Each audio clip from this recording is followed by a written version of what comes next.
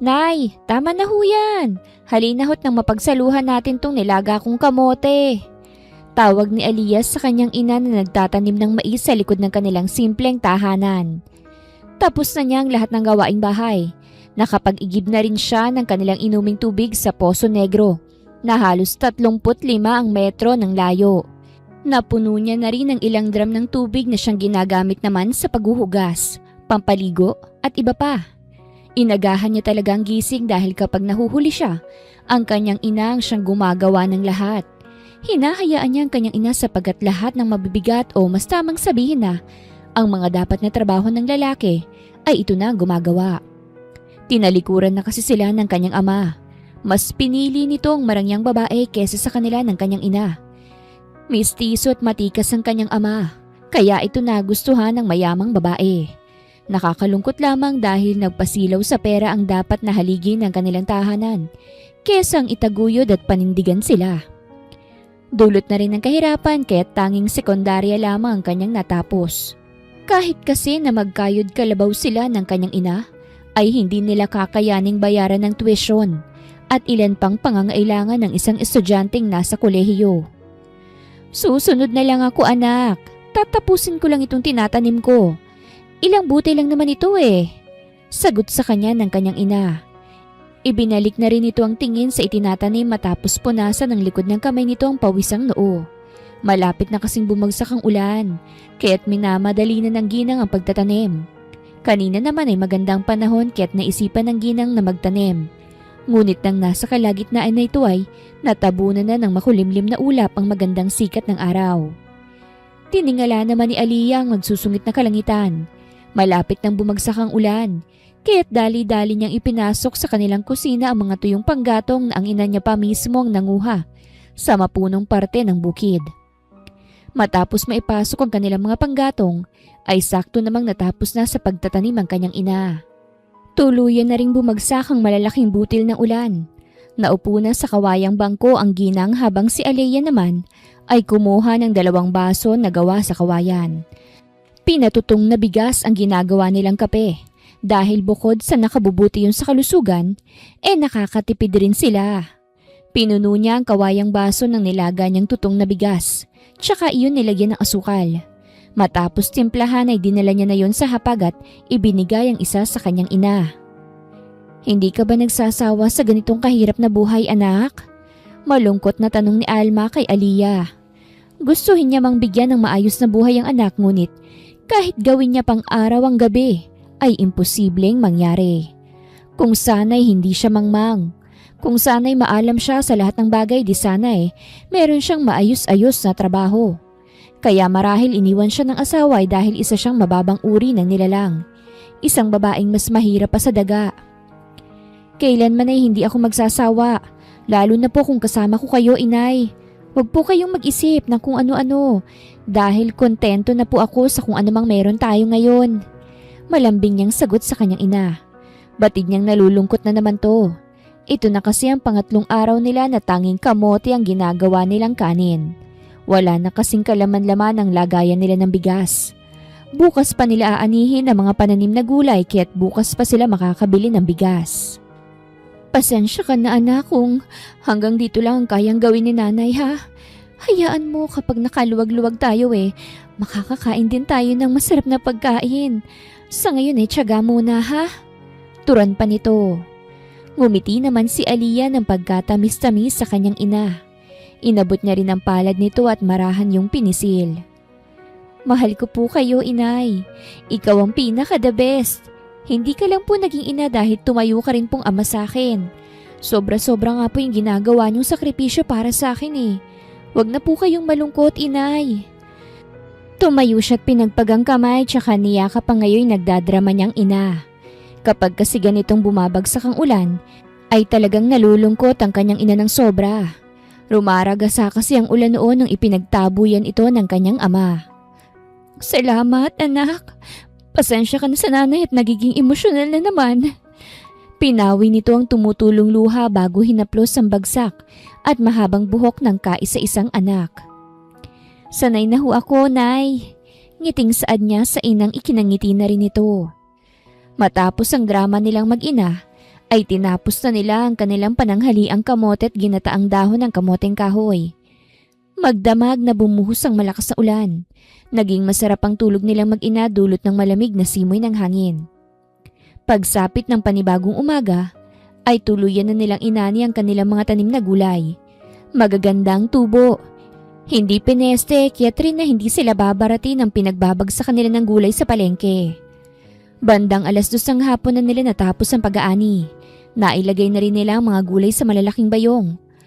Walang ibang masasakyan lalo't nasa gitna ng bukid ang kanilang tahanan at taniman. Kaya naman nilakad ng mag-ina ang patungong palengke. Umabot rin ng 1 oras bago nila narating ang pinagsusuplayan nila ng gulay. Saktong 1,000 ang naging kabayaran sa lagpas 20 kilos na mga gulay na kanilang pinagbili. Lugi kung iisipin, ngunit kahit na ganun ay masaya pa rin sila dahil makakabili na sila ng bigas, tuyo, asukal at iba pang kakasya sa perang hawak nila ngayon. Ang tataas na ng mga bilihin ngayon. Malayong malayo na sa dating presyo noong kapanahunan ko. Ang bigas, Diyos mio, makalaglag pang ang presyo. Napapailing na wika ni Alma matapos nilang mamili ng ilang pangangailangan. 50 pesos na lamang ang natira sa 1,000 nila. 10 kilos ng bigas na kasi ang binili nila na umabot ng 550. Talagang mapapaaray ka na sa taas ng bilihin ngayon. Dagdag pa nito. Wala ho tayong magagawa, Nay. Tanging nasambit ni Aliyah dahil abala ang atensyon niya sa isang musmusing bata na nakapwesto sa isang gilid at may hawak na maruming baso. Namamalimos ito. Nakaramdam naman siya ng awa para sa bata. Napansin naman siya ng kanyang ina kaya't dinukot nitong tirang pera sa bulsa at inilagay yon sa palad niya. Ibili mo ng pagkain nang sa ganun ay mabusog ang bata. Ang mga katulad kasi nila anak ay hawak ng mga sindikato. Kapag perang ibinigay mo sa kanila ay kukunin lamang sa kanila ng mga humahawak sa kanila. Sige na anak, tulungan mo kahit papano yung bata. Ani ng kanyang ina sa kanya. Bakas naman ang lungkot sa kanyang ngiti nang tanggapin ang natitira nilang pera. Dahil sa murang edad ng batang babae, ay nakakaranas to ng sobrang paghihirap. Masasabing swerte pa nga siya kumpara sa batang nanlilimos. Niyakap niya muna ang kanyang ina bago siya bumili ng 2 banana Q. Yun lang kasi ang kinaya ng perang hawak niya. Ipinabalot niya yun sa tindera dahil nakita niyang marumi ang kamay ng bata. Matapos bumili ay nilapitan niya ang batang babae. Tsaka rito iniabot ang pagkaing binili niya. Tiningala naman siya ng batang kakikitaan mo ng matinding paghihirap dahil sa ilang galos at nangangayayat nitong katawan. Anghel po ba kayo? Tila ba nag-halusinate ng bata dulot ng matinding gutom. Lumuhod si Aliyah tsaka hinaplos ang payat na mukha ng batang tansya niya ay nasa 9 o 10 taong gulang na. Mukha bang anghel si ate? Malambing niyang tanong rito na agad nitong tinanguan. Napangiti siya. Salamat, ikaw rin mukha kang anghel. Pasensya ka na sa bigay ni ate sa'yo ha. Ito lang kasi ang kinakaya ng bulsa ko eh. Sa sinabi niya'y nanubig ang mata ng bata. Naalarma naman siya't agad itong niyakap para mapatahan. Hinagod-hagod niya ang likod nito kasabay ng pangaalo niya rito. Tulungan niyo po ko ate. Ayoko na po rito. Sinasaktan po nila ako kapag wala akong naiaabot sa kanilang pera. Ako lang po ang bata kaya't madalas na akong pinag-iinitan ni Bossing dahil ako ang kadalasang walang naiaabot. Hagulgol nitong sumbong at pakikiusap sa kanya. Isama niyo na po ako ate. Pakiusap po. Pagkasabi nun ay bumitaw to sa kanya't walang pasabing pumasok sa hawak niyang bayong nang dumagsa ang taong mamimili. Gusto sana magprotesta ni Aliyah, ngunit hindi niya na nagawa dahil hinilan na siya ng kanyang ina. Bilisan mo anak! Mahinang utos sa kanya ng kanyang ina tsaka nito kinuha ang bayong na pinagtataguan ng batang babae. Kabado namang binilisan ni Aliyah ang lakad nang makita sa gilid ng kanyang mata ang isang lalaking mukhang hindi gagawa ng mabuti na nagpapalingalinga sa paligid. Halatang meron tong hinahanap. Nakahinga lamang sila na maluwag nang tuluyan silang nakalayo sa palengke. Ngunit kahit na nakalayo na hindi pa rin sila nakampante. Mabilis pa rin ang lakad nila hanggang sa tuluyan na silang makauwi. Ibinaba nilang bayong at sabay pa nilang mag-ina yung binuksan. Bumalatay sa kanilang mga mukhang pagkahabag sa batang mahimbing na natutulog, habang yakap ang sariling tuhod na halos buto na. Kupkupin natin siya, anak, kung sakaling wala na siyang ibang pamilya. Sa ngayon ay hayaan na muna natin siyang magpahinga. Mahinang sambit ni Inay Alma nang buhatin nito ang bata at ihiga sa matigas nilang katre. Tumango naman si Aliyah, walang pagtutol sa kanya. Maghahanda na po ako ng pagkain natin nang sa ganun ay makakain siya ng maayos at marami pagising niya. Saad niya at marahang hinaplos ang pisngi ng bata. Hindi ka na masasaktan ng sino man. Poprotektahan ka namin, maliit na anghel. Bulong niya rito bago siya nagtungo sa maliit nilang bahay tanggapan kung saan nila nang iniwan ng mga pinamili. Isinalin niya muna sa mga lagayan ng kanilang mga nabili. Kabilang na ron ang bigas. 3 takal ang kanyang isinaing dahil masarap ang kanilang ulam ngayong gabi. Nakabili kasi sila ng 1 piraso ng tilapia. Malaki-laki kaya't ipinahati nila sa 3 na saktong-sakto sa kanila. Tumulong sa kanyang ina matapos nitong punasan ng maruming bata na plano nilang kupkupin. Tapos na sila sa paghahanda nang merong kumatok sa yero nilang pinto. Si Alma na nagpresentang magbubukas ng pinto habang si Aliyah naman ay nagtungo sa kanilang silid upang gisingin ang natutulog pa ring munti. Merna! Gulat na bulalas ng ginang na mapagbuksan ng nakababatang kapatid na babae. Wala na siyang naging balita sa kapatid. Magmula nang makipagtanan siya sa ama ng kanyang anak, kaya't hindi siya makapaniwalang muling makikita ang nakababatang kapatid. Ako nga ate, ngiting saad nito tsaka siya dinamba ng mahigpit na yakap. Matagal na panahon na rin, mga dalaga pa tayo nung huli kitang nakita. Sinikap kong hanapin ka nang makarating sa akin ang balitang inabandonan na kayo ng walang kwentang Hector na yun. May gigil sa tono nito nang banggitin ang pangalan ng lalaking noon pa man ay hindi na nito gusto para sa nakatatandang kapatid dahil batid nitong paluluhain lamang nito ang kaisa-isang kapatid. Ngunit dahil naging bulag na ang ate Alma niya sa pag-ibig, kaya't wala na siyang nagawa na makipagtanan to sa lalaking mahal nito noon. Patawad! Tanging nasambit ni Alma. Hinagod naman ang palad ni Merna ang likod ng nakatatandang kapatid. Wala ito ni kahit nakatiting na galit o mas lalong walang pagtatampo. Naiintindihan nito ang kapatid. Nagmahal lamang ito. Wala kang dapat na ikahingi ng tawad, ate. Kumalas ito't pinaunlakan ng sarili sa barong-barong ng kapatid habang hila ito sa kamay. Inilibot nitong tingin sa maliit na bahay. Nakaramdam ng pagkahabag ang babae sa sinapit ng buhay ng kanyang kapatid, pati na ng kanyang pamangkin na ngayon ay papalapit sa kanilang gawi. Aliyah! May ngiti sa labing ibinuka nito ang kamay. Hindi mapigilang mamangha ni Merna sa tinataglay na kagandahan ng morena niyang pamangkin. Sa larawan lamang ni Aliyah kilala ang mukha ng tiyahin. Kaya't gulat man na makita ito sa loob ng bahay nila, yumakap pa rin siya rito ng mahigpit.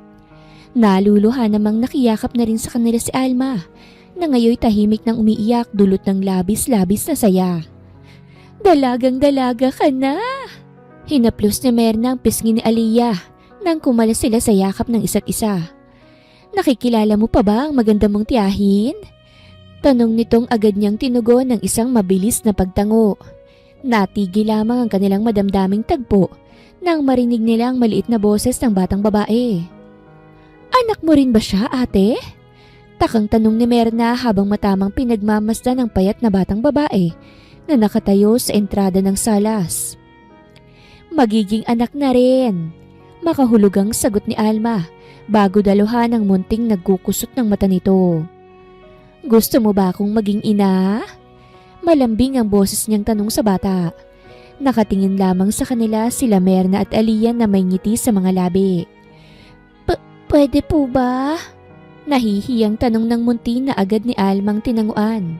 Lumapit na rin si Aliyah habang si Merna nanonood lamang sa kanila. Naupo sa paanan niya si Aliyah nang sa ganun ay magpantay sila ng munting bata. Magiging bunso ka na namin magmula ngayon. Walang kahit na sinong maaaring manakit sa'yo. Pero, pwede ba munang malaman ni Ate Aliyah at ni Inay Alma ang pangalan mo? May ngiti sa labi niyang tanong sa bata. Angela po. Agad nitong sagot sa kanyang naging tanong. Nagkatinginan silang mag-ina't nagpalitan ng ngiti bago nila ibalik ang tingin sa bata. Angela, napakagandang pangalan naman. Bagay na bagay sa'yo dahil mukha kang anghel. Anghel na dinala sa amin ng Diyos. Hinaplos niya ang pisngi nito bago niya inabot ang maliit nitong kamay. Nakapaghanda na si Ate Aliyah mo ng pagkain, kaya't alika na sa munti naming hapag at nang mapagsaluhan na natin ang simpleng pagkain na hinanda namin ni Nanay. Dagdag niya pang ikinangiti at ningning ng mga mata ni Angela dahil kanina pang kumakalam ang maliit nitong tiyan. Hindi kasi nito nakain ng biniling banana cue ni Aliyah dahil nabitawan nito yon sa sobrang pagmamadaling makapasok sa hawak nitong bayong. Inaya na rin ni Alma ang kapatid kaya't nagsalo-salo silang apat sa may kaliitang hapagkainan. Kalat na ang dilim nang matapos silang lahat na kumain. Ngayon ay nagkasya silang apat sa maliit na salas at doon ay inilahad ni Merna ang kanyang trabaho. Sinabi nitong day off nito ngayon kaya't nagkaroon ng pagkakataong hanapin sila. Naghahanap rin to ng isa pang makakatulong sa malaking mansyon ng mga Balderrama. Nagbabaka sakali itong ayain si Aliyah na agad namang sinang-ayunan ng dalaga. Dahil noon pa nito gustong magtrabaho ngunit ayaw naman siyang hayaan ng ina. Lalo na kung malayo't walang ibang makakasamang kakilala. Mababait bang mga among pinagsisilbihan mo, Merna? Malalim ng gabi ngunit hindi pa rin dinadalaw ng antok si Alma, pati na rin si Merna. Hindi ako tatagal ng 2 dekada sa kanila ate kung hindi naman sila mabubuti. Saad nito? Nagkaroon nga ako ng sariling bahay at lupa ng dahil sa kanila eh.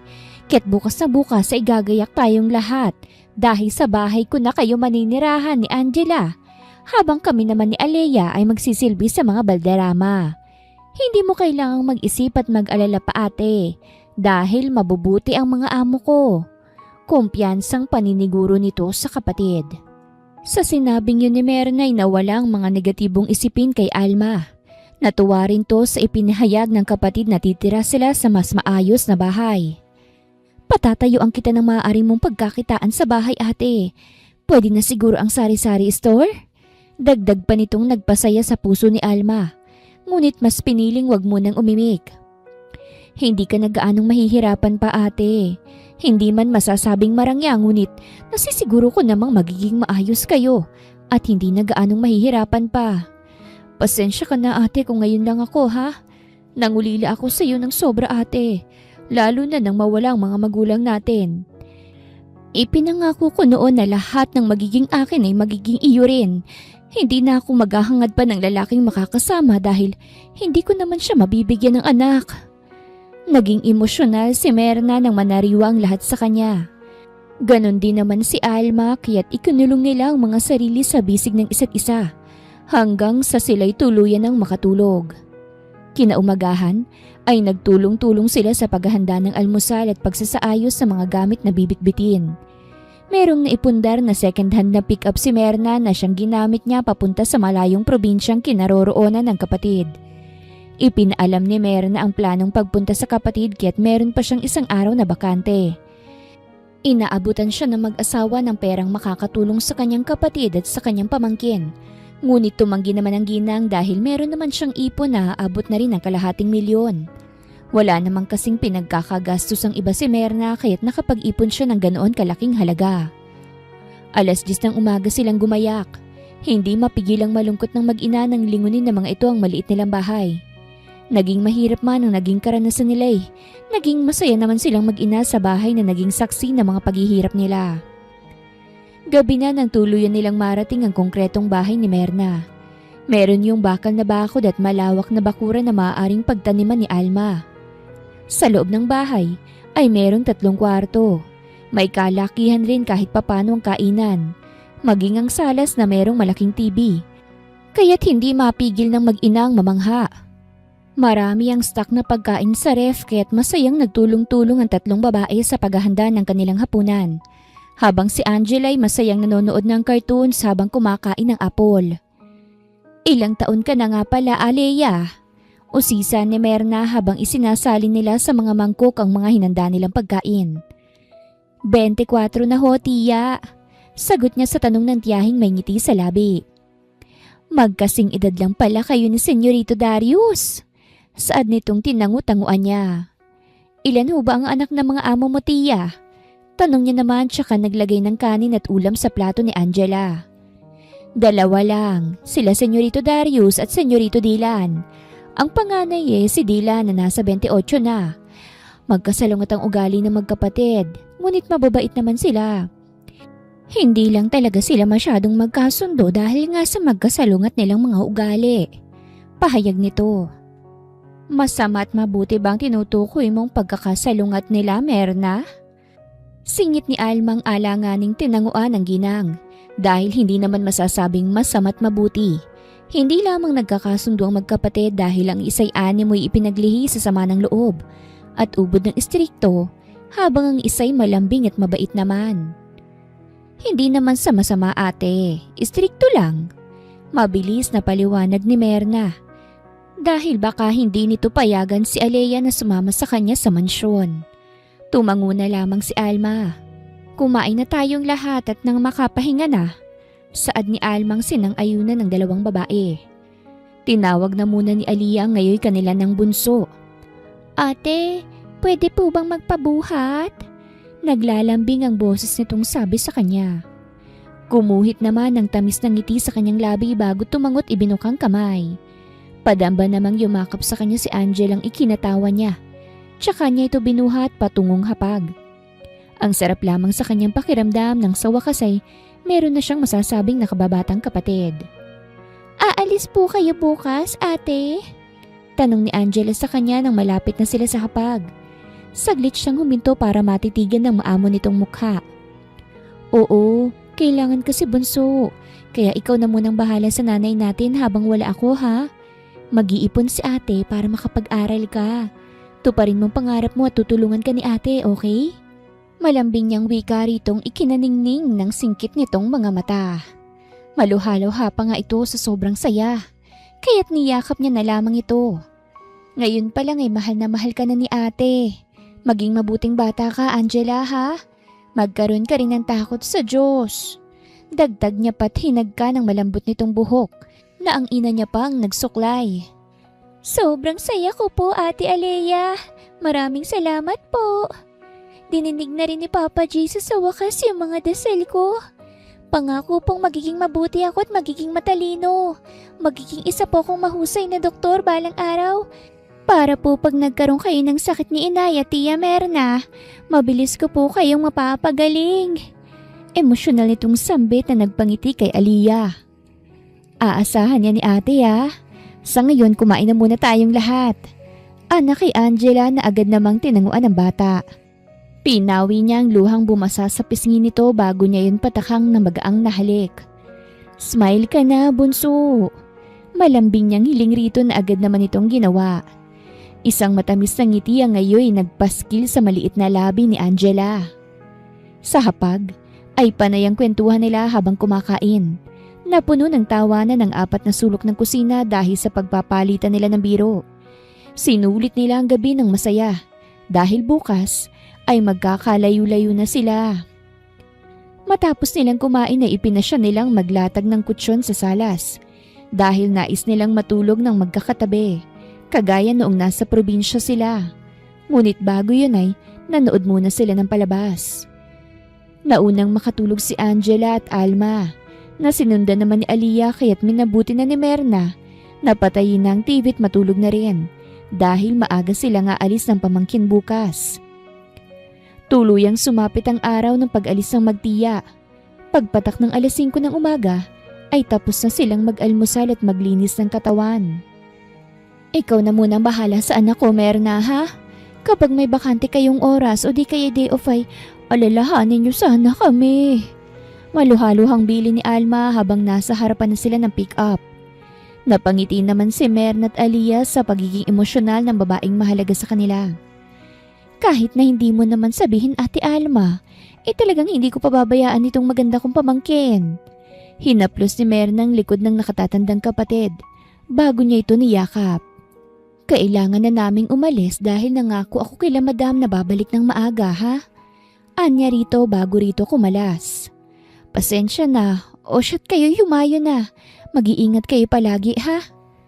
Pinunasan nitong luhang dumalot sa magkabilaan nitong pisngi. Kaya't niyakap ito ng mahigpit ng anak nito at ng kapatid. Tatawagan po kita palagi, inay. Anya sa ina nang kumalas na siya rito. Ganon din ang tiyahin niya. Pareho kasi silang binigyan ng touchscreen na cellphone ni Merna na pareho ng merong SIM card. Nakasave na rin ang kani-kanilang mga numero at naturuan na rin sila ng ginang kung papaanong gamitin yon. Tumango ang ginang tsaka nito marahang itinulak ang dalawang papasok sa pick-up. Natawa na lamang ang dalawang babae. Kumaway ng tuluyan si Aliyah sa kanyang ina nang umusad ang sasakyang minamaneho ng tiyahin. Tulog pa si Angela kaya't hindi siya nakapagpaalam dito.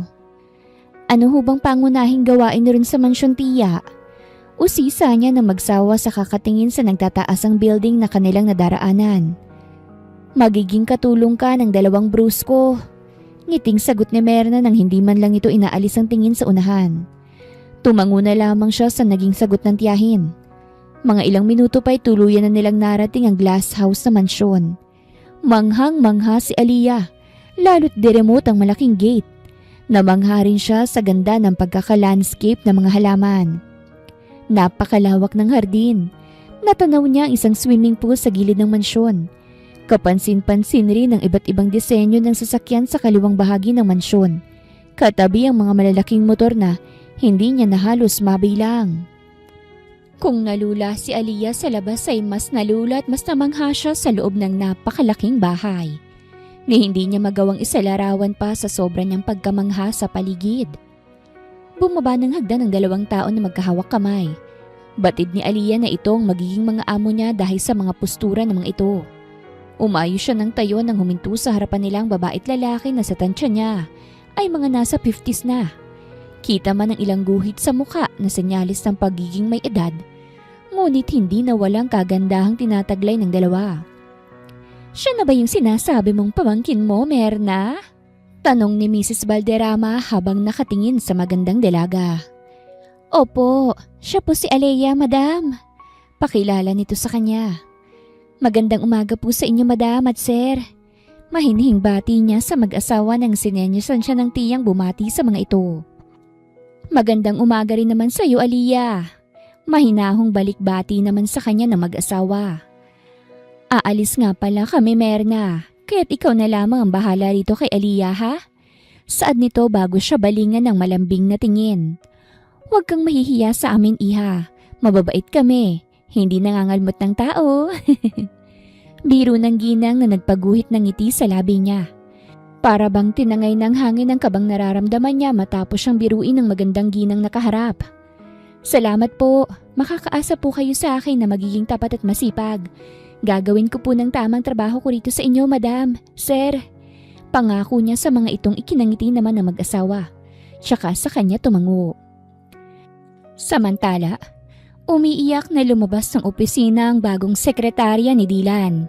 Napagalitan at medyo napagtaasan kasi ng boses ng binata ang bagong loklok niyang sekretarya dahil sa pagbibigay nito ng pahintulot kay Lydia na pumasok sa kanyang opisina. Si Lydia ay dati niyang kasintahan. Mahal niya ito at ibinibigay ang lahat dito ngunit nagawa pa rin siyang pagtaksilan. Stupid! Napakasimple lang naman ang inuutos ko pero hindi man lang magawa ng maayos. Naroroon ang gigil sa tono niya nang tuluyang mawala sa kanyang paningin ng babaeng nagpabago sa kanya. Kung dati malambot at mabait siya, ngayon ay kabaliktaran na. Maihahalin tulad na kasi ang puso niya sa bato dahil sa sobrang tigas noon. Hindi siya nagbigay ng awat, mas lalong hindi nagbibigay ng second chance sa trabaho. Isang pagkakamali mo'y tanggal ka na agad, kahit na magmakaawa ka pa. Lydia makes him a cold and arrogant person. At the same time, a monster boss. Marahas siyang tumayo at kinuha ang coat na nakasabit sa kanyang office chair. Ibinusa niya rin ang cellphone. Tapos niya na ang kanyang trabaho kaya't uuwi na siya. Nagsisipagyukuan ng kanyang mga empleyado kapag nadaraanan niya mga ito. Kilala siya sa pagiging istrikto at walang pusong chairman ng sariling kumpanya. Sa paglabas niya ng building, ay bumungad agad sa kanya ang mukha ng babaeng nanakit sa kanya. Please, Dylan, kahit onting oras lang mag-usap naman tayo. Nagsusumamong saad nito sa kanya. Plano nitong abutin ng kamay niya nang matalim niya itong tiningnan. Don't you dare put your dirty hands on me, woman. Ikaw ang sumira ng maganda't maayos nating pagsasama. Tuluyan ang nagtapos ang pahinga sa ating dalawa, kaya tumigil ka na habang nakakapagtimpi pa ako. You know me before pero ngayon, hindi na. Kaya kung ako sa'yo, tatabi ako dahil hinaharangan mong dapat na daraanan ko. Matigas niyang banta rito. Kay lamig ng tinging ipinupuko niya rito kaya't labis-labis na nasasakta ng nagkamaling dalaga. Kung sana'y hindi na lang sana ito nakipagparty sa kaibigan, hindi sana ito malalasing at makakatulog sa bisig ng ibang lalaki. I'm sorry, Dylan. Mahal na mahal kita. Nakayuko itong tumabi habang panay ang pagtulo ng masagana nitong luha. Wala nang kahit na anong nararamdaman si Dylan para sa dalaga. Ni ang maawa kahit na konti ay hindi niya rito maramdaman. Nilagpasan niya ito at walang lingon likod na nagtungo sa parking area kung saan naroroon ang sasakyan niya. Pagpasok sa kotse agad niya yung pinasibat. Mabilis ang naging takbo ng kotse niya kahit agad niyang narating ang kanilang mansyon. Dire-diretso lamang siya. Hindi niya pinansin ang mga katulong na bumabati sa kanya. Itinapo niya ang kanyang cellphone sa ibabaw ng kanyang kama nang makapasok siya sa kanyang silid. Niluwagan niya rin ang kanyang necktie hanggang sa tanggalin niya na yon. Tinanggal niya na rin ang iba pang suot. Tsaka iyon inilagay sa laundry basket nang may pangahas na pumasok sa kanyang silid. Otomatiko niyang natakpan ang pribadong parte. What the heck? Who gives you the permission na pumasok rito sa kwarto ko? Labas ang litid niyang bulyaw sa dalagang ngayon ay nakatalikod sa kanya. Batid niyang nakita nito ang buo nitong katawan. Dahil hindi nakatakas sa matalis niyang mata ang pagbaba ng mata ng kung sino mang dalaga. Hindi naman magkamayaw sa pagtambol ang puso ni Aliyah nang dahil sa sobrang kaba. Inutusan siya ng kaniyang tiyahin na magtungo sa pinakadulong silid para kunin sana ang mga labahin. Hindi niya alam na merong tao sa loob. Bakit kasi hindi ka kumakatok, Aliyah? Hiyaw ng kanyang isip. Tuloy ay nakita niya ang yaman ni Adan. Pasensya na po. Hindi ko po sinasadya. Promise po, wala po akong nakita. Nagkandautal niyang sambit dulot ng matinding kaba. Do you think I'm stupid para maniwala sa'yo? Sigaw nitong muling ikinagulat niya ng sobra. Parang gusto niya na lang magpalamon sa sahig na kanyang inaapakan. Get out! Mariing dagdag pa nitong agad niyang sinunod. Ngunit bago yun ay kinuha niya na muna ang laundry basket bago patakbong lumabas ng silid. Naihilamos naman ni Dylan ang palad sa kanyang mukha. She's impossible. Nakuha niya pa talagang bitbitin ng laundry basket. Kigil niyang wika bago pumasok sa kanyang banyo. Mas lalo lang tuloy na dagdagan ng kanyang inis. Lagot sa kanyang dalaga, hindi niya palalampasin ang ginawa nito. At nang dahil nga sa sobrang pagmamadali ni Aliyah, ay hindi niya napansin ang binatang paakyat ng hagdan habang nakatuon ang atensyon nito sa hawak na cellphone. Oh shoot! Naibulalas ni Darius nang masagi siya ng isang babae na sanhin ng pagkatapon ng kanyang cellphone. Ay naku, sorry! Sorry po, sir! Mabilis na hinging paumanhin niya. Gusto niya nang sabunutan ng sarili dahil sa pagiging careless niya. Mukhang uuwi na ako sa amin ah. Sa isip-isip niya nang makita ang cellphone ng lalaking ngayon ay basag na.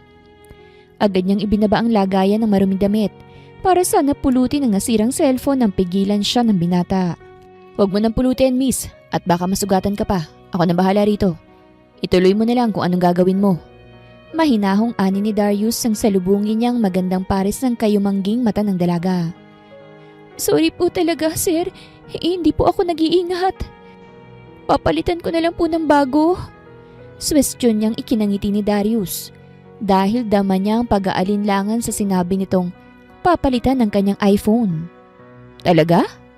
Paniniguro niya rito na kunyari ay seryoso dahil nakukyutan siya sa nag-aalala't nag-aalangan nitong mukha. Lihim siyang namamangha sa dalagang kaharap na merong matangos na ilong at papusong labi. Morena ito kaya't bumagay rin ang makakapal na kilay at pilik mata. Napaka-natural rin ng mapupula nitong mga labi. Kaso, pag-iipunan ko po muna dahil kakasimula ko palang ho rito. Nakayuko siya dulot ng sobrang hiya. Sa klase kasi ng cellphone nasira niya mukhang kulang pang ilang buwan niyang paninilbihan sa mga ito. Mukhang nagkamali yata siya ng paghahangad na makatulong. Natawa ng bahagya si Darius. Binibiro lang kita. Hindi mo kailangang palitan ng cellphone ko. Actually, plano ko na nga siyang palitan kaso nagdadalawang isip ako. Pero ngayong nasira na siya, talagang papalitan ko na. Ngiting-ngiti niyang wika. Kaya't huwag ka nang kabahan dahil hindi ko naman papapalitan tong cellphone ko na nasira. Saad niya't dinukot ang panyong nasa bulsa. Tsaka yumuko siya para pulutin ang kauna-unahang cellphone. Nakagat na lamang ni Aliyah ang ibaba ng kanyang labi habang nakayuko. Napapitlag na lang siya nang iabot sa kanya ng binata ang binaba niyang basket. Pasensya na po talaga, sir. Hindi na po mauulit. Hiyang-hiya niyang pangako sa binata na nakangiti pa rin sa kanya sa kabila ng kanyang nagawa. It's okay. What's your name, by the way? Tanong niya nang mabalot na ng panyo ang nasirang cellphone. Aliyah po. Pagpapakilala niya. Aliyah, nice name. I'm Darius. Naglahad doon ng kamay na agad niya namang tinanggap. You're new here? Tanong pa nitong agad niyang tinanguan. Tumangu-tango naman sa kanya ang binata bago nito bitawan ng kamay niya. Enjoy staying here, Aliyah. Pinikitan siya nito ng mata bago tuluyang umakyat ng hagdan. Naiwan naman siyang napamaang sa kabaitan ng binata. Malayong malayo to sa unang lalaki na na-encounter niya. Kung sa bagay, kahit naman siguro siya kapag nakita ng hindi sinasadyang iniingatan niyang yaman, ay talagang magagalit siya. Huminga muna siya ng malalim bago tumuloy sa likod bahay kung saan naroroon ang kanyang tiyahin.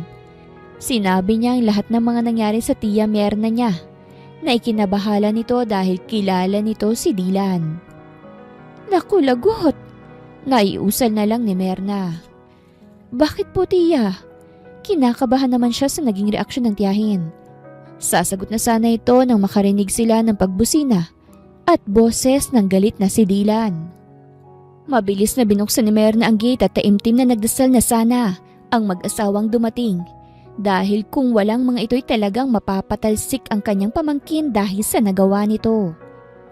Naagaw ni Dylan ang atensyon ng lahat sa kanyang malakas na pagtawag sa babaeng walang paalam na pumasok sa kanyang silid. Lower your voice, son. Hindi naman mga bingi ang mga kasama mo rito. Saway ni Rowena sa anak. Umuwi ito dahil nakalimutan itong dalhin ng kontrata para sa bagong partnership ng kanyang bagong negosyo na jewelry shop. That lady beside you, mom. Itinuro nito ang dalagang nakayuko habang nakakapit sa kanilang mayordoma. I want her out. Mariing dagdag niyang mariin lang ding tinutulan ng kanyang ina. Isa lamang pagkakamaling nangyari. Bago lamang siya rito sa atin, Dylan, kaya't hindi niya pa alam ang rules and regulations mo. Saad ng kanyang inang ikinahinga niya ng malalim dahil ito ang nasusunod sa kahit anumang bagay pagdating sa loob ng kanilang bahay. Fine! Pero sa susunod na makagawa pa yan ng hindi ko magugustuhan, ay ako na mismo magpapaalis niyan dito. Matalim niyang tinupunan ng tingin ng nakayukong dalaga. Magpapahangin lang ako sa labas, ma'am. Paalam niya sa ina. Humalik siya sa pisngi ng ina bago lumabas. Agad namang humingi ng paumanhin ang sopistikadang ginang sa magtiya. Kami po ang dapat na humingi ng dispensa sa inyo, Ma'am Rowena, dahil ako po itong nakagawa ng mali. Pasensya na po talaga. Pangakong hindi na po mauulit. Nahihiyang sambit niya sa among babae. Huwag mo na lamang intindihin ang panganay namin. Mabait naman niyang si Dylan, ngunit nang malamang nagtaksil sa kanya si Lydia, nagbago na siya. Habaan mo na lang sana ang pasensya mo sa anak kong yon, Aliyah. Marahan niya itong tinapik sa balikat matapos niyang tumango. Papasok na muna ako dahil may naiwan ako sa loob, ha? Ngiting paalam nitong sabay nilang tinanguan. Ayos ka lang ba? Kaya mo pa bang tumagal? Tanong ni Myrna nang mawala ng tuluyan sa kanilang paningin ng amo nilang babae. Medyo nabigla lang, tiya, pero kayang-kaya naman po. Kumpiyansang tugon niya sa tiyahing ikinangiti at tango nito. So paano? Yariin na natin tong labahin dahil maaga tayong mamamalengke bukas. Saad nitong sinang-ayunan niya naman agad. Sa labahin kasi nakatoka si Aliyah. Tinulungan lamang siya ngayon ng tiyahin dahil hindi niya pagamay ang paggamit ng dekuryenteng panlinis sa mga labahin. 7:00 nila natapos ang may karamihang labahin. Hiwalay ang mga katulong sa pagkain kaya't naging matiwasay ang pagkain ni Aliyah. Merong nakatoka sa paglilinis ngunit tumulong pa rin sila nang sa ganun ay sabay-sabay silang mga kasambahay na makapagpahinga. Sa laki nga ng mansyon ay tag-iisang pahingahan ng mga kasambahay. Bago matulog ay tinawagan na muna ni Aliyah ang ina. Kinamusta niya ang mga ito't sinabi sa kanya na meron umanong mga nagtatrabaho roon dahil sa ipinapatayong sari-sari store para dito ng tiyahin. Mga 1 oras din ang iginugol na oras ni Aliyah para masulit ang pangangamusta sa ina at maging sa bunso nila na si Angela. Itinabi niyang cellphone tsaka siya nahiga sa pang-isahan lang talagang higaan. Hindi niya na kailangang mag-alarm dahil maaga naman siyang gumigising sa umaga. Kinaumagahan ay maagang gumising si Dylan dahil sa plano nitong pagpapawis bago pumasok sa trabaho. Dumiretso muna ang binata sa kusina kung saan nagtitimpla ng kape ang kinaiinisang dalaga. Nang mapansin siya nito'y alanganin siya nitong binate, ngunit hindi niya ito pinansin. Inalok rin siya nito ng kape ngunit gaya ng nauna niyang pagtrato dito ay inisnab niya lang itong muli. Suplado. Rinig niyang sambit nitong ikinatigil niya sa pagsasalin ng tubig sa lagayang kanyang dadalhin. Kunot noon niya itong nilingon na ikinagulat nito't nabitawan ng sinisimsimang baso na may lamang kape. Aray! Daing ni Aliyah nang bumuhos ang mainit na kape sa kanyang kaliwang paa. Naalarma namang dinaluhan at binuhat ni Dylan ng napasong dalaga at dinala ito sa banyo at doon ay ibinabad niya sa tubig ang napaso nitong paa ng dahil sa kanya. Oongat pusong bato siya ngunit kapag naman kasalanan niya ay buong puso siyang tumutulong. Hindi ka kasi nag-iingat. May diin man ngunit naroroon naman ang pag-aalala. Lalo't namumula na ngayon ang paa ng dalaga. Kasalanan niyo ho kasi. Kung hindi niyo ho ako nilingon ng may nakamamatay na tingin, hindi sana ako magugulat at mas lalo pong hindi ko mabibitawan yung baso at hindi ako mapapaso. Mangiyak-ngiyak niyang balik rito. Naiinis siya kaya niya nagawang manisi pabalik. Nanisi ka pa. You're clumsy kaya ka napaso. Masungit nitong sabi na hindi niya nagawang patulan pa dahil sa marahan nitong paghaplos sa napaso niyang paa. I won't say sorry dahil kasalanan mo nangyari. You're murmuring na naririnig ko naman kaya't kita sinamaan ng tingin. Giit pa nito't tinapunan siya ng masamang tingin. Arogante! Hiyaw ng kanyang isip. Sabay silang napalingon sa may pinto ng banyo nang may magsalita ron. Anong nangyari? Tanong ni Merna nang makita ang eksena ng senyorito nila at ng kanyang pamangkin. Nakatayo si Aliyah habang si Dylan ay nakaupo sa paanan nito at merong hawak na hose na nakatutok sa namumulang paa ng dalaga. Tumayo si Dylan at pinatay ang gripo. Hindi siya nag-iingat manang Merna kaya siya napaso. It's her fault. May diing paratang nito bago sila lagpasan. Naiiling naman si Aliyah nang maramdaman ng hapde. Bagong kulo ang tubig na ipinintimpla niya ng kape kaya talagang napaso siya ng husto. Tama nga ho kayo tiya. Magkaiba nga sila ng pag-uugali ni Sir Darius. Naiiling niyang pangungumpara sa magkapatid. May dahilan kaya't naging ganyan si Senyorito Dylan. Habaan mo na lamang ang pasensya mo sa kanya. Kaya mo pa bang samahan ako sa talipapa? Sa kalagayan mong yan ay mukhang hindi. Manatili ka na lang dito. Si Lala na lamang ang isasama ko. Saad nitong hindi niya tinanggihan pa dahil mahapdi talagang napaso niyang paa. Umalis na ng tuluyan ng tiyahin ni Aliyah habang dalagay mas piniling magpunas-punas. Nang sa ganun ay may magawa pa rin siya. Hindi naman kasi porket meron siyang masakit magbubuhay prinsesa na siya. Baka masitanan naman siya ng masungit na si Dylan at mabugahan ng apoy. Bagay na ayaw naman niyang mangyari. Focus ang dalaga sa pagpupunas ng babasaging lamesa sa living room.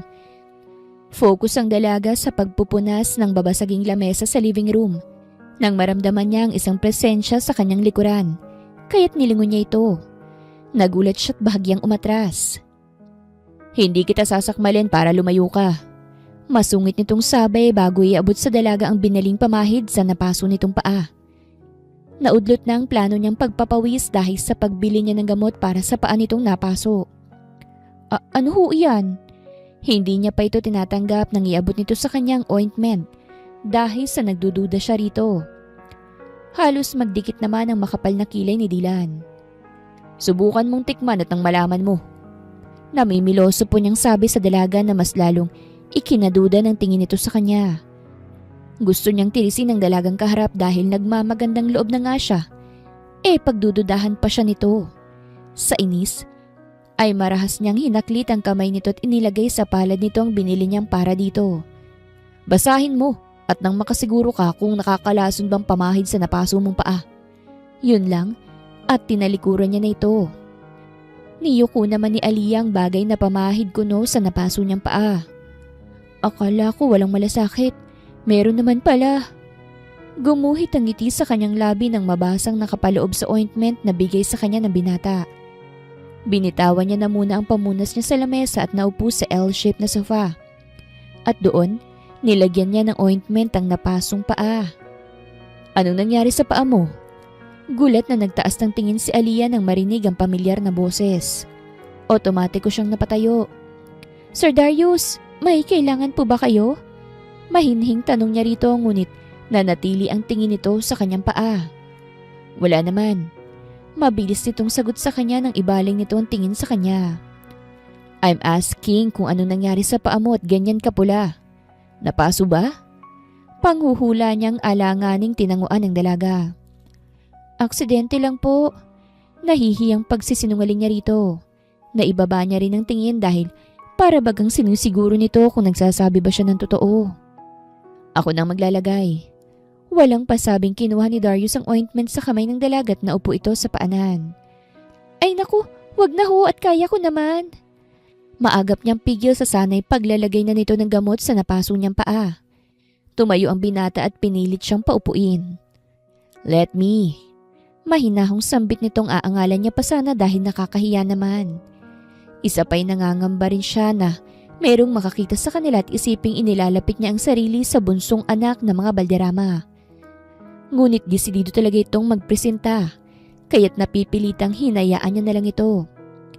Sa susunod mag-iingat ka na. Hindi mo kailangang madaliin ang gawain mo rito dahil marami kayong maaaring magtulong-tulong para naman matapos ang trabaho. Mas importante pa rin ang kaligtasan kaya't magdoble ingat ka na sa susunod, Aliyah. May pagmamalasakit na payo nito sa kanya na ikinangiti niya. Huwag ka na munang magkikilos. Utos ko ito kaya't sundin mo, okay? Tumayo ito't isinarang ointment na hawak. Salamat po, Sir Darius. May ngiti sa labing pasasalamat niya sa kabaitan nito sa kanya. Walang anuman.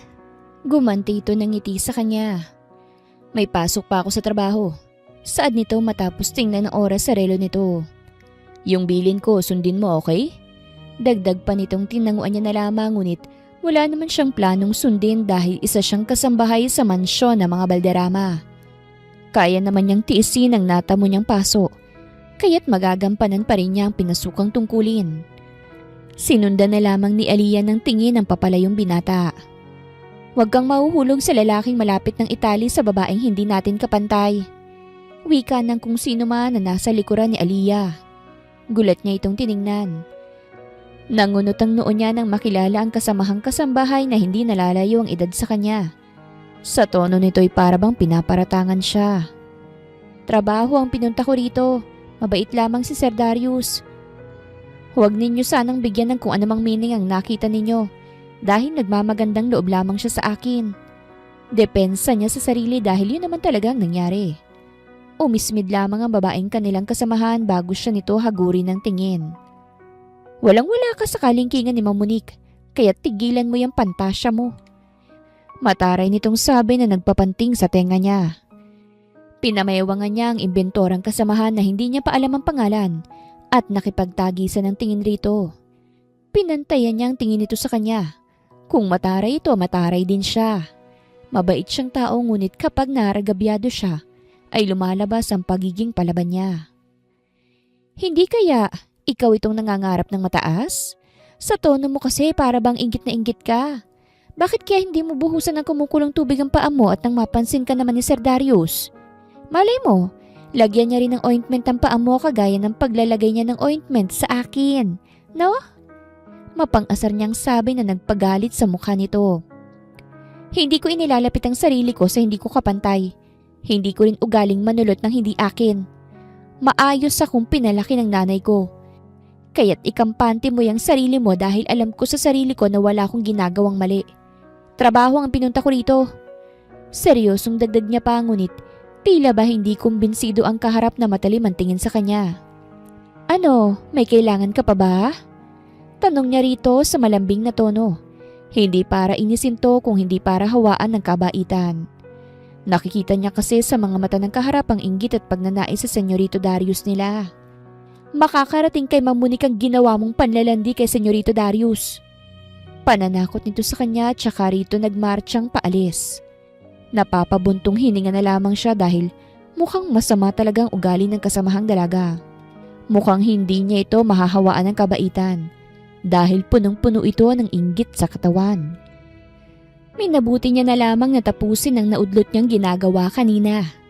Sa opisina naman ni Dylan, ay paminsan-minsang sumasagi sa isip niya ang nangyari sa dalagang bago nilang kasamahan sa bahay. Hindi niya mawari sa sarili kung bakit abot-abot ang konsensyang naramdaman niya. Inalog niya ang ulo para waksihin sa isipan ng dalaga na nagawa niya naman agad. Itutuon niya na sana muli ang atensyon sa naghihintay sa kanyang trabaho nang tumunog ang cellphone niya. Unknown number ang caller at dahil iniisip na baka importante kahit agad niyang tinanggap ang tawag ng kung sino man. Nakuyom niya na lang ang kamao nang marinig ang boses ng humihikbing si Lydia. Humihingi na naman to ng kapatawaran sa kanya. Nangako itong hindi na muling manggugulo at magpapakita pa kapag pinagbigyan niya ang hiling nitong makipagkita sa huling pagkakataon. Ngunit hindi siya pumayag, kaya't puno ng sakit na tumawa ng mahina ang nasa kabilang linya na dalaga. Mukhang hanggang dito na lang talaga tayo. I'm so sorry sa nagawa ko sa'yo, Dylan. Imposible man, ngunit dalangin ko sana'y mapatawad mo ko. Aalis na ako. I'm leaving and I'm staying at the US for good. Huwag mo na sanang isasara ang puso mo. Huwag mong ipagkait ang saya sa puso mo. Minahal kita ng tunay, Dylan. Sadyang hindi lamang talaga tayo ang para sa isa't isa. Dahil hindi to mangyayari sa atin kung tayo talaga. I love you, Dylan. Yun lang at pinutol na nito ang linya. Pinakiramdaman niya ang sarili. Hinahanap niya sa puso ang sakit ngunit hindi niya matagpuan. Napabuntong hininga siya bago niya ibinaba ang nasa tenga niya kaninang cellphone. Alam niya sa sarili niyang napatawad niya ng dating nobya dahil walang araw na nagdaang hindi ito humingi ng tawad sa kanya. Matagal niyang tinitigan ang kanyang cellphone bago niya padalhan ng mensahe ang dating nobya na pinapatawad niya na ito. Ngunit hindi na sila babalik pa sa dati. Napangiti naman ang dalagang pinadalhan ng mensahe. Tanggap niyang hindi na talaga sila babalik pa sa dati ng pinakamamahal na lalaki. Kaya't walang pag-aalinlangan itong tinanggap ang desisyon para sa kanya ng mga magulang na ikasal sila ng kasosyo ng mga ito sa negosyo. Gwapo rin naman ang binatang ipakakasal sa kanya. Ngunit para sa kanya ay mas lamang pa rin si Dylan. Natapos ng working hours kaya't tumayo na si Dylan. Alam niya sa sariling merong nabago dahil nagagawa niya ng tanguan ng mga empleyadong bumabati sa kanya na dati ay hindi niya naman binibigyan ng pansin. Sa daan ay meron siyang nadaanang nagtitinda ng mga pang-ipit sa buhok. Biglang sumagi sa isip niya ang mukha ng magandang si Aliyah. Parati nitong iniipit ang mahabang buhok sa likod ng tenga nito. Kaya't naisip niyang bilhan ito ng ipit bilang peace offering na rin. Ale, magkano huyang ipit na may disenyong paru-paro? Turo niya sa ipit na batid niyang babagay kay Aliyah. Hindi na siya nag-abala pang lumabas ng kanyang kotse. Dahil halos ilang dangkal lang pagitan ng kotse niya at ng pwesto ng Ale. 50 lang ho yan, sir. Para ba sa girlfriend niyo? Nakangiti nitong tanong sa kanya. Sasagot na sana siya nang muli itong nagsalita. Naku, tiyak na matutuwa sa inyong nobya niyo kung gagawin niya ng dalawa. Dagdag pa nito. Dumukot naman siya agad sa wallet ng 1,000 iniabot sa may edad na tindera. Huwag niyo na ho akong suklian, Ale. Pakibalot na lang po yung napili kong ipit. Anya ritong ikinatuwa ng labis ng Ale. Walang patid ang pasasalamat nito sa kanyang ikinangiti niya. Ako, salamat ng marami sa inyo, sir. Naway ibigay sa inyo ng poong may kapalang masayang buhay kasama ang inyong nobya. Galak nitong ani sa kanya habang iniaabot sa kanya ang binalot na pang-ipit. Tinanguan niya na lamang ang Ale bago niya paandarin ang sasakyan. Muling gumuhit ang ngiti sa kanyang labi dahil unti-unting bumabalik ang dating siya. Nang marating niya ang kanilang mansyon ay agad siyang dumiretso sa loob. Hinanap agad ng mata niya ang dalagang hihinga niya ng dispensa sa nangyari kanina. Aling Merna, tawag niya sa kanilang mayordoma. Nasa kusina ito at naghahanda ng hapunan, kasamang ilang kasambahay ngunit wala ang hinahanap ng kanyang mga mata. Ano iyon, senyorito? Magalang nitong tanong sa kanya. Nag-isip naman siya ng maaaring alibay kung bakit niya hinahanap ang pamangkin nito. May papalinis lang po sana ako sa kwarto eh. Sino po bang pwede kong utusan? Kunyari, tanong niya. Ay, hindi niyo na ho kailangang mag-utos dahil nalinis na po ng pamangkin ko ang silid ninyo. Ang alam ko nasa silid pa po niya siya dahil nagpapalit pa ng mga kurtina. Hindi masyadong mabilis ang kilos ang batang yon dahil sa paso niya sa paa. Wika nitong ikinatango-tango niya. Ganun ho ba? O sige, salamat po. Anya rito tumalikod na para tunguhin ang kanyang silid. Nadatnan niyang inilalagay na ng dalaga sa laundry basket ang mga kurtinang pinalitan nito. Hey! Untag niya rito dahil mukhang hindi nito napansin ang pagpasok niya sa sariling silid. Sir, kayo ho pala. Pasensya na po at hindi ko po kayo napansin. Nagulat siya sa presensya ng masungit nilang senyorito dahil hindi niya man lang napansin ang pagpasok nito. Tapos na po ako sa trabaho ko rito, maiwan ko na po kayo. Paalam niya ngunit pinigilan siya nito sa braso. Itinuon niya ang tingin doon, kaya't agad niya itong binitawan. I'm sorry. Maagap nitong hinging paumanhin na ikinagulat pa ng dalaga dahil sincero ito sa kanyang humihingi ng pasensya. Can we talk for a while?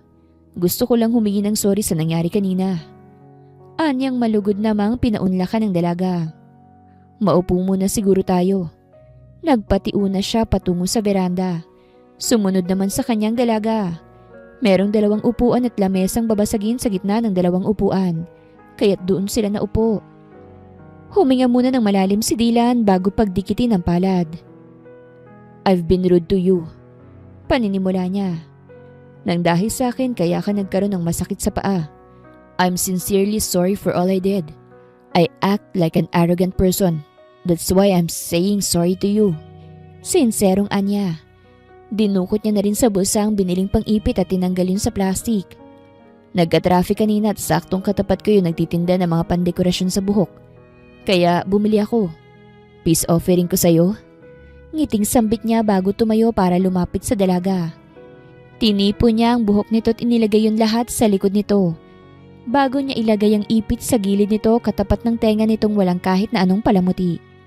Salamat. Utal niyang ani sa binata habang kinakapa sa ulo ang bigay nito sa kanya. Welcome, it suits you. Puri nitong nagpabilis ng tibok ng puso niya sa hindi malamang dahilan. Salamat po ulit, Sir Dylan. Baba na po ako dahil marami pa pong kailangan gawin. Paalam niya rito matapos niyang tumayo. Tumango na lamang sa kanyang binata kaya't dali-dali niya itong iniwan. Nasundan na lang ng tingin ni Dylan ang papalayong dalaga. Bumalik na lang talaga ang dating siya sapagkat nawala na ng tuluyan ang galit niya para kay Lydia.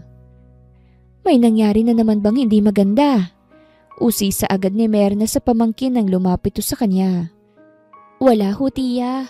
Katunayan nga humingi po siya ng sorry sa pagiging magaspang niya sa akin. Pagtatapat niyang nagpangiti sa ginang. Mabait naman kasi talaga itong si Senyorito Dylan. Nasaktan lamang yung tao kaya't nagbago pero alam ko na nasa puso niya pa rin ang kabutihan. Itinatago niya lang. Saan nitong sinang-ayunan niya naman dahil maging siya'y nakikita sa binata ang pagiging mabuti nito sa kanya. Tutulong na sana siya sa tiyahin nang mapansin nito ang ipit sa buhok niya. Ngayon ko lang yata nakita yung ipit mo, Aliyah. Hindi ka naman lumalabas kaya't imposibleng binili mo yan? May pagtataka at paghihinala sa tono ng ginang na ikinakaba ng dalaga. Dahil baka isipin ng kanyang tiyahin na kaya siya binigyan ng pang-ipit sa buhok ng kanilang senyorito, ay dahil natitipuhan siya nito. Peace offering po ito ni Sir Dylan, tiya. Mariin niyang naipikit ang kanyang mga mata dahil sa pagkautal. Makahulugang ngumiti sa kanyang tiyahin kaya ngayon ay ang labi naman ang kanyang pinagdikit. May kasabihang nagsisimula sa misunderstanding ang true love. Saan itong ikinangiwi niya dahil wala namang ganon. Naku tiya, masyado po kayong mapagbigay ng ibang ibig sabihin. Peace offering niya lang po ito. Sinsero niyang handog dahil nga sa pagsusungit niya sa akin. Giit niyang ipinagkibit balikat lamang ng kanyang tiyahin. Tiya, mukhang hindi ho kayo naniniwala. Sinadya niyang maghimig na nagtatampo, kaya't ang tiya niya inatawa na lamang. Basta't kung saan ka sasayay susuportahan kita. Payong nakatatanda lamang, Aliyah. Hindi basihan ang estado sa buhay kapag tunay kang nagmamahal. Tinapik siya nito sa balikat bago nila tinapos ang paglalagay ng iba't ibang klase ng pagkain sa hapag. Tawagin mo na si Senyorito Dylan at nang makakain na. Ako nang bahalang magtawag sa iba pa nating mga amo. Maandos sa kanya ng tiyahing sinunod niya naman agad. Kumatok muna ang dalaga sa pintuan ng silid ni Dylan. Hindi niya nanais na maulit yung nangyari noong una niyang pasok sa silid nito. Mabilis niyang iwinaksi sa isipan ng pangyayaring yon kung saan nawala ang kainosentehan ng mga mata niya. Bagaman nakaiwas siya noon ay hindi naman nakatakas sa kanyang mga mata ang halimaw sa pagitan ng mga hita ng senyorito. Literal na, tinakasan siya ng dugo sa pangyayaring yon. Bumukas ang pinto na halos ikatalo niya dahil hindi niya inaasahang bubuksan siya nito ng ganun kabilis. Kakain na po, sir. Mabilis niyang imporma rito habang nakayuko. Hindi niya magawang salubungin ang kayumanggi nitong mga mata. At tila ba, nahihipnotismo sa tuwing magtatagpo ang sa kanila. O sige, susunod na lang ako. Sambit nitong mabilis niyang tinanguan bago sana akmang aalis nang pigilan siya nito. Yung nangyari nung unang pasok mo rito, kalimutan na lang natin ha. Ayoko kasi na mayroong naiilang sa akin lalo na't kasama ko sa bahay. Pahayag nitong mabilis niya lang rin sinang-ayunan dahil gusto niya nang makalayo. Ang puso niya kasi nagkukumahog na naman. Sige po, bababa na po ako. Paalam niyang tinanguan na lamang ng binata. Sa hagdan ay nasapo ni Aliyah ang dibdib niyang hindi normal na pumipintig. Ano bang nangyayari sa akin? May sakit na ba ako sa puso? Mahina niyang tanong sa sarili. Wala siyang kaalam-alam na unti-unti na siyang nagkakaroon ng pagtingin sa binatang. Bigla-bigla na lang naging mabait sa kanya. Hindi lang pala si Sir Darius ang punteriya mo, ano? Iba ka rin, Aliyah. Mapanuyang saad ng dalagang simulat sa pool ay mainit ng dugo kay Aliyah. Isang buwan na siya sa mansyon at isang buwan na rin ang patutsyada at pagpaparinig nito sa kanya. Inis namang pinatay ni Aliyah ang host. Kasalukuyan siyang nagdidilig ng mga halaman nang marinig ang boses ng inggiterang si Lucy. Batid niyang nakita nito ang palitan nila ng ngiti ng kanyang senyorito Dylan dahil nagustuhan nitong niluto niyang pagkain na itinuro sa kanya ng tiyahin. Walang mag-asawang balderama. Si Darius naman ay nauna nang pumasok sa trabaho na sinundan naman ni Dylan. Mas iba ka, Lucy. Hinarap niya to't seryosong tiningnan. Alam mo kung bakit? Dahil napupuno ka ng inggit sa katawan. Saad niya ritong ikinangalit ng mukha nito at mabilis siyang sinugod. Hindi niya nagawang iwasan ang malakas nitong sampal sa kanya. Malaki si Lucy sa kanya kaya't madali lang para dito ang sabunutan siya. Aray! Lucy, ano ba? Tama na! Umiiyak niyang pigil sa babaeng galit na galit sa kanya kahit na wala naman siyang ginagawang masama rito. Tuluyan siyang napahagulgol nang marinig ang galit na boses ni Dylan na umalingaw-ngaw sa palibot ng hardin. Who the hell gave you the permission para saktan si Aliyah? Nanggigigil na saad ni Dylan nang itulak nito ang babaeng pumaibabaw sa umiiyak na si Aliyah. Bumalik siya dahil sa nakalimutan niyang papeles. Ipag-uutos niya na lang sana. Mabuti na lang pala't ipinasya niya na lamang na siyang kusang kukuha ng importanteng dokumento. Inalalayan ni Dylan na makatayo ang puno ng kalmot at gulo-gulo ang buhok na dalaga. Niyakap niya ito ng mahigpit habang hinahaplos at inaayos ang nagulo nitong mga buhok na gustong gusto niyang haplusin palagi. Nanlilisik ang mga mata niyang tiningnan na ngayon ay takot na dalaga. "Get the hell out of here!" Gigil niyang itinuro ang gate. Gusto pa sanang umangal ng nanakit na dalaga ngunit dahil nakakatakot ang uri ng tingin sa kanya ng pinagpapantasyahan ring binata, kaya't wala na itong ibang nagawa kung hindi ang umiyak at lumabas. "Are you okay?" Puno ng pag-aalalang tanong ni Dylan nang saluhin ng kamay niya ang magkabila ang pisngi ng luhaang dalaga. Pinakatitigan niya ito sa mata. Gusto niyang saktan rin ang babaeng nanakit sa babaeng naging espesyal at wala itong karapatang saktan at paluhain ang tinatangi niyang babae.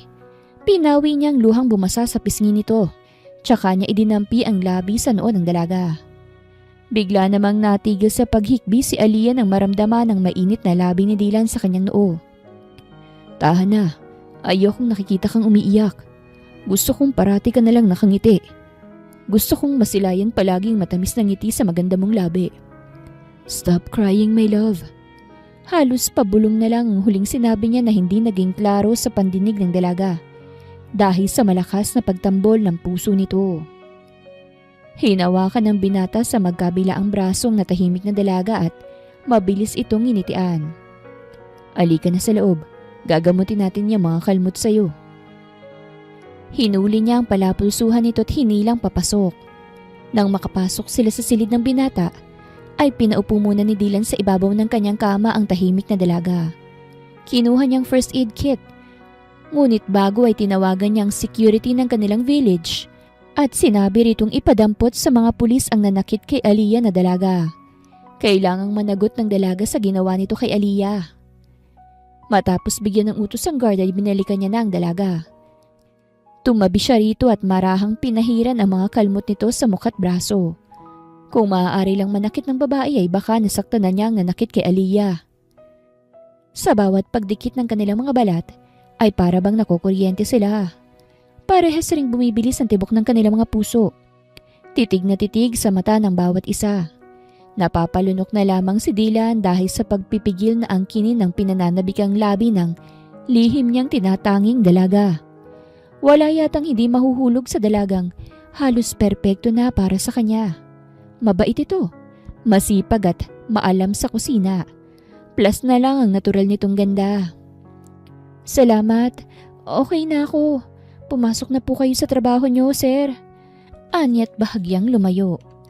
Natatakot siya na mas lalo pang mahulog sa binata kapag nagtagal pa sila sa ganoong posisyon.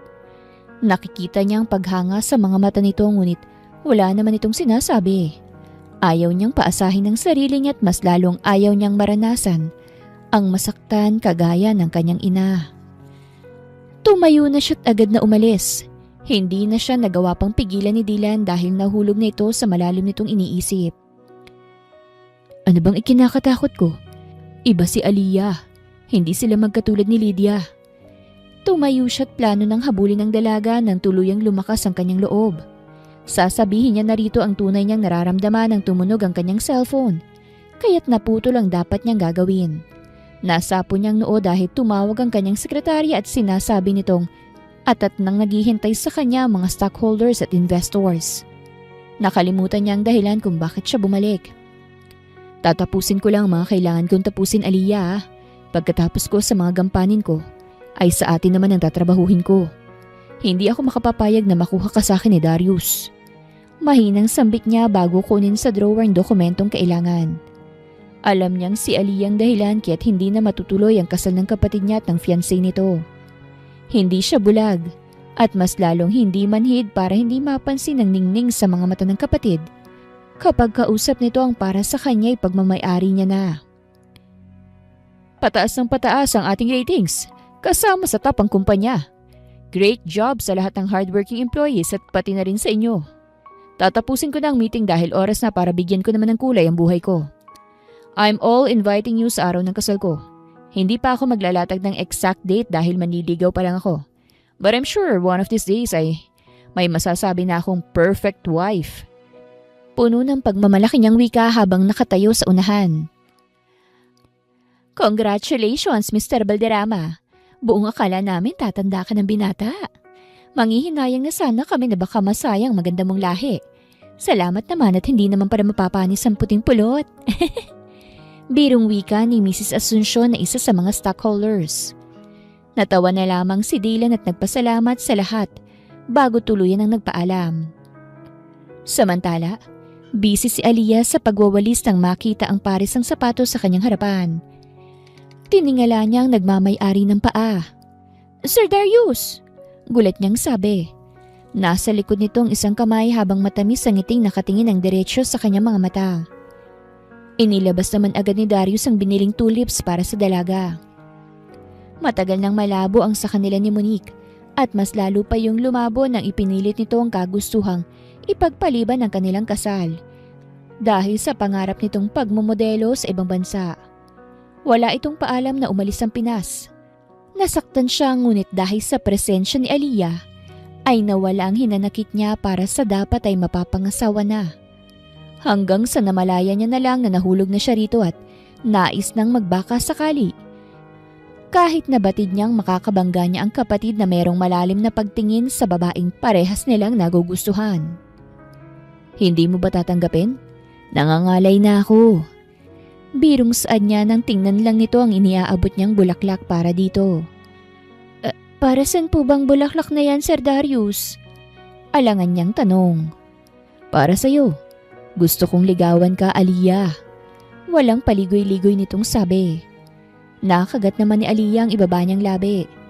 Papaano niya ba sasabihin kaibigan lamang ang tingin niya sa binata at hindi niya ito mapagbibigyan dahil okupado na ni Dylan ang puso't isipan niya. Mapait na ngumiti si Darius ang hindi pa rin tanggapin ng dalagang handog niyang bulaklak para dito. I knew it. Si Kuyang dahilan kaya't hindi mo ako mapagbibigyan, tama ba? Pasensya na po kayo, Sir Darius. Hindi ko po maaaring lokohin at linlangin ang sarili ko. Opo, tama po kayo. Gusto ko po si Sir Dylan. Nagbaba siya ng tingin nang gumuhit ang sakit sa mga mata ng binata. Wala silang kamalay-malay na merong nakikinig sa kanila na ngayon ay malawak ang pagkakangiti. Humakbang ang lalaki para ipakita ang sarili sa dalawa. Preskong ipinatong nito ang kamay sa balikat ng nakayuko pa ring dalaga. Paano ba yan? Ako raw ang gusto, bro. So paano? Atras ka na. Ngising pananaboy niya sa kapatid. Napangiti na lang si Darius. Marunong tumanggap ng pagkatalo ang binata kaya't naglahad doon ng kamay sa dalawa. Alam niyong hindi ako bitter at makasariling tao. Kaya ngayon pa lang, kino-congratulate ko na kayo. Huwag niyo nang patagalin. I-surprise niyo na sila mama't dad pati na si Manang Merna na uuwi na bukas. Magiging masaya ang mga yon kapag nalaman nilang nagkaroon ng katuparan ng hiling nilang magkaroon na ng kulay inyong mga puso. Tinapik nitong pareho ang balikat ng dalawa. Tawagan niyo na lang ako kapag araw na ng kasal niyo ha. May flight kasi ako ngayon for some business trip. Dagdag niya pa. Nag-fist bump silang magkapatid bago tumalikod si Darius. Hinila naman ni Dylan ang wala pa ring imik na dalaga. Kinabig niya ito sa bewang at ibinigay rito ang bulaklak ng daisy na mayroong iba't ibang kulay. Narinig kong lahat ng pinagtapat mo kay Darius kanina. You like me? Is it true? Mapanokso niyang tanong rito. Hinuli niya ang baba nito para pagpantayin ang kanilang mga mata. Sir Dylan, naputol sa hangin ang dapat niyang sasabihin nang patahimikin siya nito gamit ang isa nitong daliri na ngayon ay nasa kanyang labi. It's Dylan. Isang sermo pa talagang hahalikan na kita. Banta niya rito. Napangiti siya nang mamulang magkabilaan nitong pisngi. You're blushing. Nasabi ko na ba sa iyong kapag namumula ka ng dahil sa akin? Gustong gusto kitang panggigilan. You made me crazy every day and night. Walang araw at gabing nagdadaan na hindi mo ginugulong isip ko. You made me fall for you so deeply na halos hindi na ako makaahon. Now, I'm asking you. Do you love me too? Masuyong tanong niyang ikinaulap ng mga mata ng dalaga. Oo, mahal kita. Naging masungit at arogante ka man sa akin noon ay minahal pa rin kita. Akala ko hindi mo ko magagawang mahalin pabalik dahil sa naging nakaraan mo. At isa pa, iniisip kong isa lamang akong katulong. Puro pangdadown sa sarili kong parati kong ginagawa noon para lang masupil ang nararamdaman kong pag-ibig para sa'yo. Ngunit kapag puso na talagang tumibok at nagpasya, wala ka ng ibang magagawa kung hindi ang magpaanod na lang. Takot na takot akong magmahal sa totoo lang. Ngunit nang makilala kita ng lubusan, na walang takot na hayaang tumibok ang puso ko para sa'yo. Mahal kita, Dylan. Mahal na mahal. Bumagsak ang pinipigilan niyang luha ng dahil sa labis na saya. Sa wakas, ay nasabi niya na rin ang tunay na nararamdaman. Mas lumawak ang ngiti sa labi ng binata. Kinabig niya ang batok ng dalaga at pinagtagpo ang kanilang mga labi. Buong puso nilang pinagsaluhan ng matamis na halik. Halos malunod naman ang dalaga sa uri ng halik na ipinalalasap sa kanya ng mahal na binata. Napakasaya ng puso niya. Kinakapos na siya ng hangin kaya siya nang kumala sa labing nito. Pareho silang humahangos. Magkadikit ang kanilang mga noo habang naririnig nilang malakas na pagpintig ng kanilang mga puso. Let's get married. Gusto kong makasama ka hanggang sa pagtanda ko. Let us promise our love sa bahay ng Diyos. Be my wife and be the mother of my child, Aliyah. Puno ng pagsusumamong saad niya. Gusto ko ring makasama ka hanggang tumanda ako. Kaya oo, magpapakasal ako sa iyo, mahal ko. Buong puso niyang tinanggap ang plano nito para sa kanila. Muling nagtagpo ang kanilang mga labi. Mas mainit at mas mapusok. Ngunit kahit na ganun ay alam nila ang kanilang limitasyon. Pareho nilang nais na maramdaman ang init ng isa't isa. Oras na mabasbasan na sila ng alagad ng Diyos. Minabuting sabihin ng personal ng dalawang kanilang plano sa ina ni Aliyah. Masaya si Alma at buong pusong sinuportahan ng anak. Lalo't nakikita nitong nasa mabuting tao. O mas tamang sabihin na nasa tamang tao ang nag-iisa nitong anak. Magkakaroon na po ba ako ng aalagaang baby, Ate Aliyah? Tanong ni Angela. Nasa sala silang apat at nanonood ng palabas. Umuulan kaya't hindi na muna silang umuwi. Nagkatinginan sila Aliyah at Dylan. Napangiti ang binata nang mamulang muli ang pisngi ng malapit niya ng maging asawa. Wala pa sa ngayon, pero siguro soon baby. Sa ngayon ikaw na muna ang baby namin habang wala pa kaming nabubuong baby ha. Si Dylan ang sumagot dahil mukhang nag-iisip pa ng maaaring isagot ang kanyang mahal. Tuwang-tuwa namang pumalakpak ang bata bago ito yumakap sa kanila. Alam na ba ng mga magulang mo ang plano niyong ito, anak? Usisa ni Alma. Hindi pa po, dahil nasa business trip pa sila kasama si Manang Merna. Sasabihin po namin pag uwi nila bukas. Tiyak kong matutuwa po sila dahil gustong-gusto nilang magkatuluyan kami ng inyong anak, tita. Magalang niyang paliwanag sa ginang na ikinatangu-tangu naman ito. Bandang hapon na tumila ang ulan kaya't minabuti na nilang bumalik sa mansyon. Pinapaunlakan ni Dylan ang ginang na manatili na lang sa mansyon para makasama nitong anak. Ngunit sinabi nitong sa susunod na lamang dahil meron itong inaasikasong tindahan at hinahatid sundong estudyante. May ibabalita ka raw sa amin, anak? Sabi ng kapatid mo. Bungad agad ng ama ni Dylan pagka-uwi ng mga ito. Kasalukuyan silang nasa living room. Ipinatipon talaga sila ng Ginoo dahil sa sinabi ng bunso nitong merong sasabihing good news ang panganay nila. Nagkahawak kamay naman ng magkasindahan, kaya't natuon doon ang atensyon ng mag-asawa, pati na ni Merna. We love each other and we're getting married as soon as possible. Walang paligoy-ligoy niyang pahayag sa mga kaharap na ikinalawak ng ngiti ng mga ito. Masaya kaming sa wakas ay natuldukan na ang mga paligaw tingin ninyong dalawa. Sinasabi na nga ba na kayo talaga ang magkakatuluyan. I'm so happy for you, my son. Finally, naisipan mo na rin lumagay sa tahimik. Hindi mo naisip yan noon pero ngayon, you made me proud, anak. Tinapik siya sa likod ng ama. Thanks, Dad. Anya sa ama. Kami na ng daddy mong bahala sa wedding nyo. We'll make sure na magiging espesyal ang araw ng sumpaan ninyo. Ngayon, ang gusto namin gawin nyo ay mag-relax. At syempre, enjoyin ang isa't isa. Have some vacation sa ating rest house sa Palawan. Pahayag naman ng ina ni Dylan. Inaasam na nito ang apo kaya't ipinipilit ang bakasyon. We will, Mom. Salamat ng sobra sa suporta. The best talaga kayo. Yumakap siya sa mga magulang kasamang kanyang nobya. Mahigpit at masaya silang nagyakap na apat, habang si Myrna ay may ngiti sa labing nakatingin sa kanila. Masayang masaya ito para sa pamangkin. Gamit ang private shopper ng mga balderrama, ay matiwasay na narating nila Dylan at Aliyah ang napakagandang paraiso ng Palawan. Napaiwas ng tingin si Dylan nang lumabas ng banyo ang kanyang nobya. Nakatapis lamang ito ng tuwalya.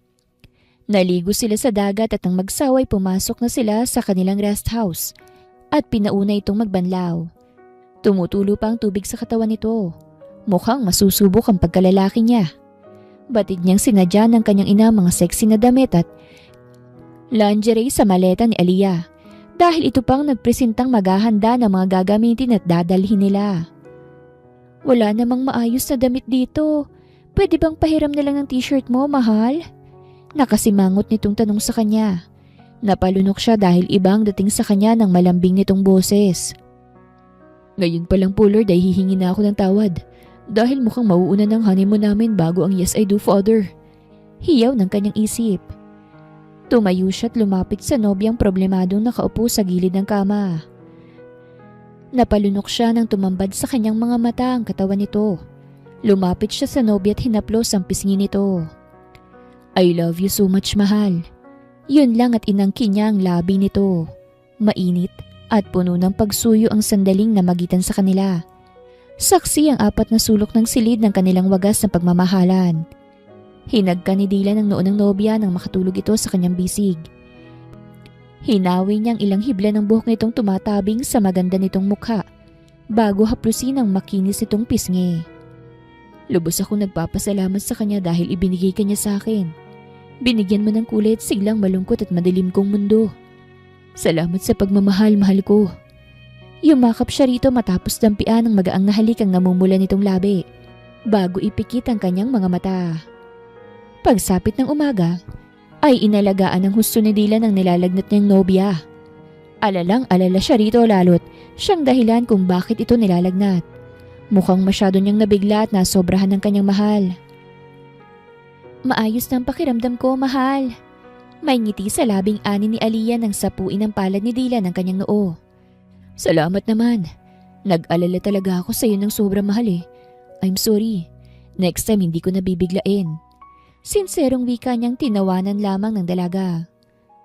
Bukas na tayo babalik ng Manila. May gusto ka pa bang puntahan? Gusto mong maglakad-lakad tayo habang nasa bisig kita? Ngiting tanong naman ni Dylan na inilingan ng dalaga. Manatili na lang tayo rito. Tinatamad na akong magliwaliw eh. Nasulit na ako. Natapos ang 4 na araw nilang bakasyon kaya tuluyan na silang bumalik ng Manila.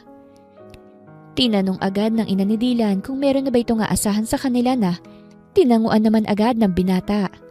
Tuwang-tuwang ginang kaya't mas pinadali pa nito ang pagsasaayos ng kasal ng dalawa. Inabot rin ng 3 linggo mahigit ang paghahanda sa kasal. Suot ni Aliyah ang off-shoulders na wedding gown. Simple man, ngunit napaka-elegante. Mangiyak-ngiyak pa si Dylan habang hinihintay ang kanyang bride kasamang kanyang ama. Best man niyang kapatid na panayang biro sa kanya na para daw siyang bakla. Nagkabalikan na ito at ang nobya. Dahil mas lamang ang pag-ibig ni Monique kay Darius kesa sa pangarap nito. Buong pusong tinanggap ng 2 taong nagmamahalan ang basbas ng Diyos para sa kanila. Puno ng pag-ibig nilang pinagsaluhan ng halik na pinahintulutang gawin nila sa harap ng maraming tao na mahahalaga sa kanila. Mahal na mahal kita, Aliyah, asawa ko. Mahal din kita, gwapo kong asawa. May ngiti sa labing pangako niya sa asawa hanggang sa muling magtagpo ang kanilang mga labi. Lumipas sa mga araw at biniyayaan na rin sila ng Diyos ng anak. Nasundan ang nasundan hanggang sa maging 3. Napag-usapan nilang hanggang 3 lamang ang magiging anak nila. Pinuno nila ng pag-ibig ang binuo nilang pamilya. Masasabing swerte sila dahil natagpuan nila ang tunay na pag-ibig at kaligayahan sa isa't isa. Ang tanging hinihiling na lamang nila sa Diyos ay ang kaligtasan ng kanilang buong pamilya. Wakas!